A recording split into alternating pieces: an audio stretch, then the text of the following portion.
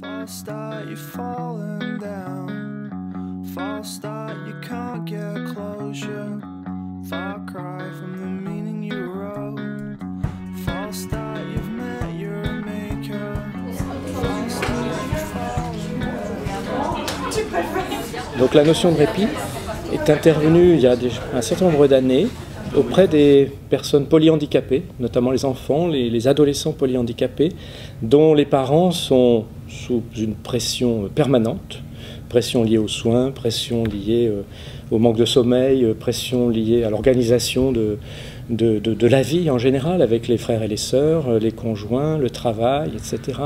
Et la question s'est assez rapidement posée de savoir si ils avaient une demande de souffler, si cette demande pourrait être entendue, quelles solutions on pourrait proposer.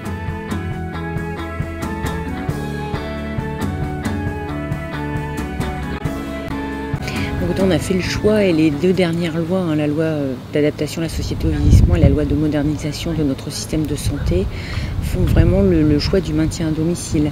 Donc pour les personnes âgées notamment et les malades chroniques, mais pour les personnes handicapées, on est vraiment dans un choix d'inclusion en milieu ordinaire. Donc sans les aidants, le système de santé, la politique publique elle-même ne pourrait pas se mettre en œuvre en fait. Le répit est-il une dimension du soin ou une dimension de l'accompagnement qui justifie en tant que telle une organisation, moyennant quoi cette organisation doit être professionnalisée, doit être bien encadrée, et ça ne peut passer, pour répondre à cet impératif-là, que par une formation officielle. L'université a vocation d'enseignement et donc nous avons créé ce diplôme interuniversitaire de répit qui est le premier et le seul en France à couvrir ce domaine d'enseignement et nous faisons participer aux enseignements les personnes les plus compétentes dans le domaine. Et en même temps, la qualité des projets répit est déterminante dans le fait de pouvoir être une offre adaptée. C'est le recul qu'on a en fait sur les offres de répit existantes.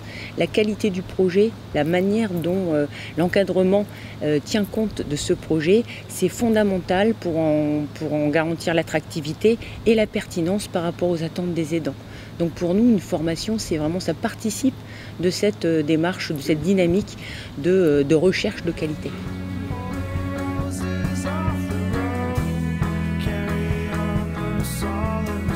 Nos stages ont été réalisés, et les stages des étudiants qui font partie du diplôme ont été réalisés non seulement en France, mais pour une candidate, elle a fait son stage à Montréal dans une structure de répit reconnue, une autre à Berlin dans une autre structure très reconnue, d'autres à Bruxelles également, à Barcelone je crois.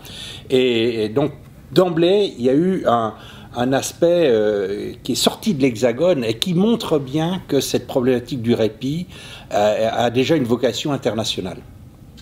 Et du coup, le DIU était, à mon avis, une nécessité et une opportunité en même temps de mettre tout ça en commun et de créer quelque chose d'extrêmement innovant par rapport au décentrage de la formation du patient vers le couple aidant-aidé, voire même dans certains modules essentiellement centrés sur l'aidant, parce que c'est là où se situe, à mon avis, la problématique d'aujourd'hui, mais essentiellement de demain, par rapport au système de santé et de son évolution.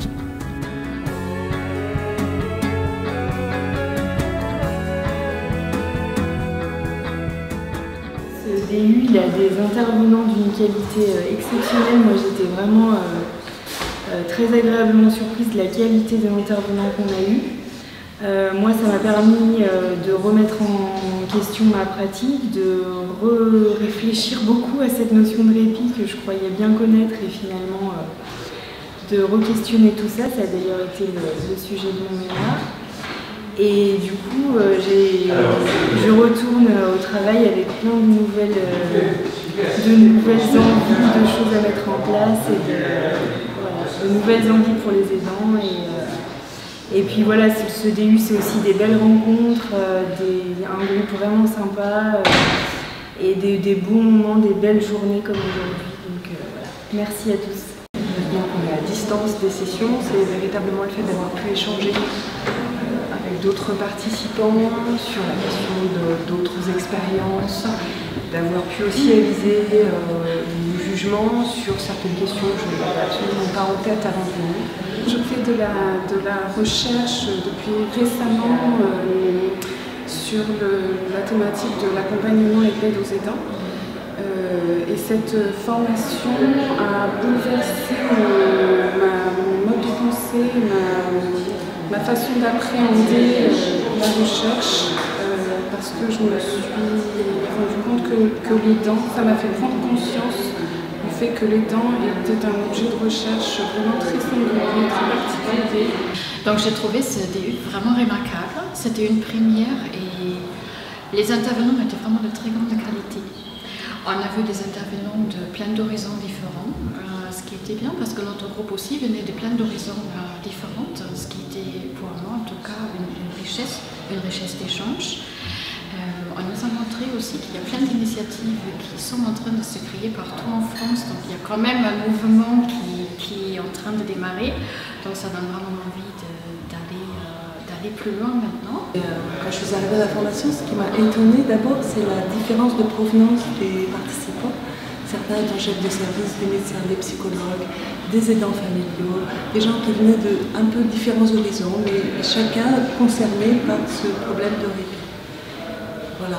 Et donc moi, ma joie d'avoir fait cette formation, c'est qu'à l'occasion du mémoire que j'ai fait, j'ai demandé à ma directrice d'être ma tutrice de mémoire et de lui avoir donné envie de créer un service de répit au sein du service admissible où je travaille aujourd'hui.